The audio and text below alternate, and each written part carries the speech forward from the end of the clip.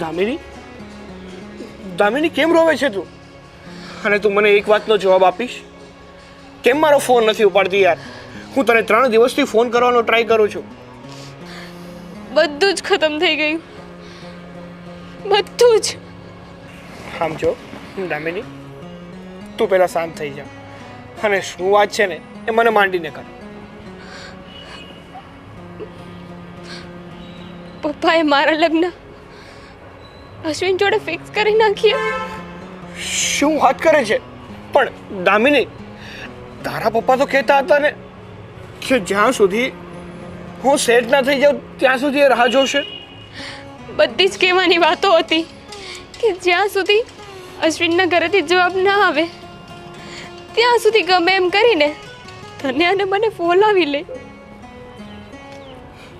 દામિની, જ્યાં થઈ રહ્યું છે ને એ યોગ્ય નથી થઈ રહ્યું.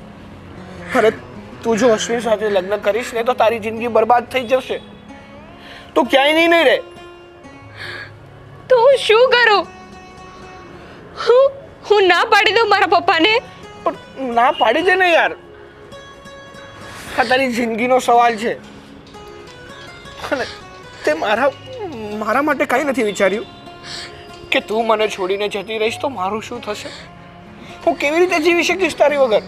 તને ખબર છે ને, પપ્પાએ જે વસ્તુ એકવાર કહી દીધી ને એ પછી ફાઇનલ જ હોય. એ વસ્તુમાં હાનિ ના થાય. દામિની, એક કામ કર, મારી વાત માનીશ તું? બોલ. આપણે એક કામ કરીએ, આપણે બંને ભાગી જઈએ. હવે આ પ્રશ્નનું સોલ્યુશન આ જ છે. જો તું આ ઘરે રહીશ ને તો તારે ના છૂટકી અશ્વિન જોડે લગ્ન કરવા જ પડશે. એના કરતાં આપણે બંને ભાગી છીએ. ચાલ મારી સાથે. ના સાગર ના, મને તારા કરતા, મારા પ્રેમ કરતા મારા પપ્પાની ઇજ્જત વધારે વાલી છે. હું જિંદગીમાં એવું કોઈ કાર્ય નહીં કરું જેનાથી એમનું નાક કપાય. ને હવે આગળ કાંઈ ના બોલીશ તો તું જ કે દામિની કે હું શું કરું? સમજો, હું તારા વગર નહીં રહી શકું. મારી વાત સમજવાની કોશિશ કર યાર. તારે રહેવું પડશે સાગર. હવે આમાં કંઈ નહીં થાય. અને હવે તારા માટે એ જ સારું છે કે તું મને ભૂલી જાય ને આજ પછી મને મળવાની કોશિશ ના કરીશ.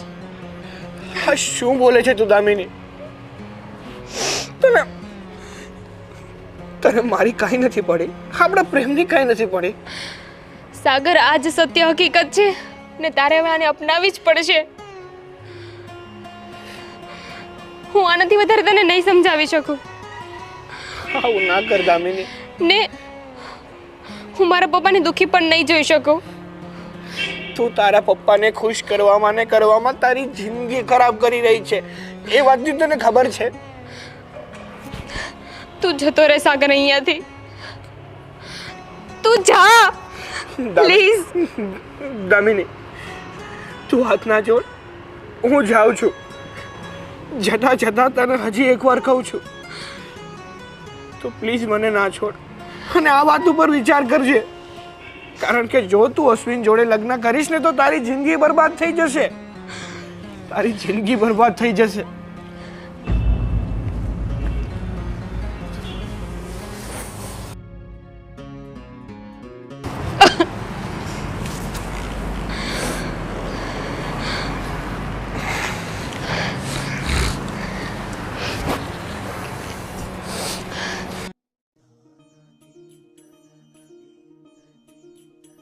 અરે બા બા બા, શું બનાવ્યું મને પહેલા એ કહો.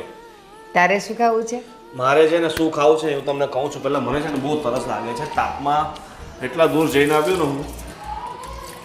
બા, આજે તમે એવી ખુશખબરી આપું ને, તમે ખુશ થઈને મારી ફેવરિટ આઈટમ બનાવશો.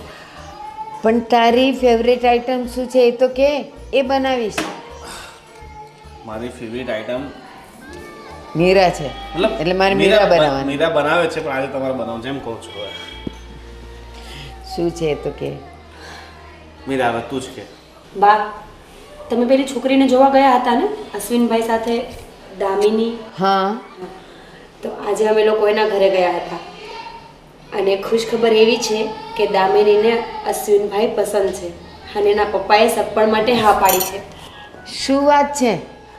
પણ મીરા, ગોવિંદ, તમે મને એ કહો કે જ્યારે દીકરા દીકરીના લગ્ન કે સંબંધ એના નક્કી થતા હોય તો વડીલો વાત કરે કે એના દીકરાઓ વાત કરે?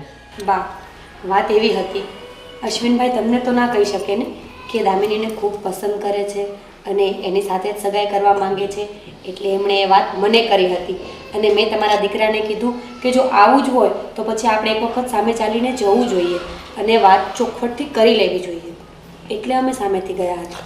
એટલે પછી હું અને મીરા બંને અશ્વિનના સસરા પાસે ગયા હતા, મતલબ કે થના સસરા પાસે, અને બધી વાતચીત કરી. તો એનું થોડું કન્ફ્યુઝન હતું, એટલે બધું કન્ફ્યુઝન દૂર થઈ ગયું છે અને એણે ફાઇનલી લગ્ન માટે હા પાડી દીધી છે. તો હવે આપણે ફટાફટ લગ્નની તૈયારી કરવાની છે. પણ લગ્નની તારીખ બારીખ જોવડાવી શું કર્યું? બા હું બધી વાત કરીને તો આવી છું, પણ દામિનીના પપ્પા એક વખત તમને ફોન કરશે અને તમે બંને એવું બધું ડિસ્કશન કરી લેજો. સારું. અને બા હવે આટલી મોટી ખુશખબરી તમે સાંભળી છે ને, તો એક મસ્ત ગાજરનો હલવો બનાવી નાખો ફટાફટ. ઠીક છે? એલા ગાજરનો હલવો કઈ ચા છે કે મૂકી અને 2 મિનિટમાં થઈ ગયો? ઓહો, ગાજર તો હજી બજારમાં પડ્યા છે, કેવી રીતે બનાવવું? એમાં શું છે કે બા ગાજરનો હલવો બહાર પણ બહુ મળે છે, પણ તમારા હાથમાં જે ટેસ્ટ છે ને, જે સ્વાદ છે ને, એ કોઈના હાથમાં નથી. હા બેટા, તને મારા હાથનો ટેસ્ટ ભાવે છે, ગાજરનો હલવો ભાવે છે, પણ એ બનાવવા માટે મારે બજારમાં તો જવું પડશે ને. હા, એ બજારમાં જશે મીરા. મીરા. ઠીક છે? તે મીરા જવાની હોય ને બજારમાં તો એમાં એનો હાથ પકડવાની જરૂર નથી, તારી માનો હાથ તો પકડ્યો મને નહીં. હાથમાં પૈસા આપવાનો હતો ગાજર લાવવા માટે. જો 30 રૂપિયા કિલો ગાજર છે, 2 કિલો લઈ આવજે. ઠીક છે? લે આ 60 રૂપિયા. હિસાબ ક્યારે પૂરા થશે આ લોકોનો? આ જિંદગી છે ને, હિસાબ કિતાબથી જ ચાલે છે. અને એ જિંદગી ખાલી ગાજર લેવાથી નહીં થાય, એના માટે પાછું કેટલા 2 કિલો એટલે 2.5 લીટર દૂધ લાવવું પડશે, 1 કિલો ખાંડ લાવવી પડશે, એલચી લાવવી પડશે, કાજુ બદામ લાવવા પડશે. આ 60 રૂપિયામાં તારો હલવો ન બને. હું તને છે ને પેલું યુપીઆઈ આઈડી થી પૈસા નાખું છું. લઈ હું આવ. તમને છે ને આખું લિસ્ટ બનાવીને આપું છું, તમે બજારમાં જાઓ અને તમે વસ્તુ લઈ આવો. હલવો તમારે ખાવો છે, મારે નહીં. તું એ મીરા, આને ક્યાં ગાજર સોંપ્યા? એ હલવાના ગાજર ક્યાં હોય ને, આ છે ને ટીટોડી જેવા લઈ આવશે, એનો કઈ હલવો બનતો હોય? ના ના, મને ખબર છે, એમાં પેલા લાલ લાલ જે ગાજર હોય ને, મીઠાઈ લઈને લાલ આવવાનું છે. નહીં, ગરવાળા જાડા લેવાય. સારું સારું, ચાલ. એ હા, હલવા ખાવા છે. લ્યો આપી દીધા 60 રૂપિયા. 2 કિલો ગાજર લાવજે, બાકીનું બધું કોણ લાવશે? તારી માં.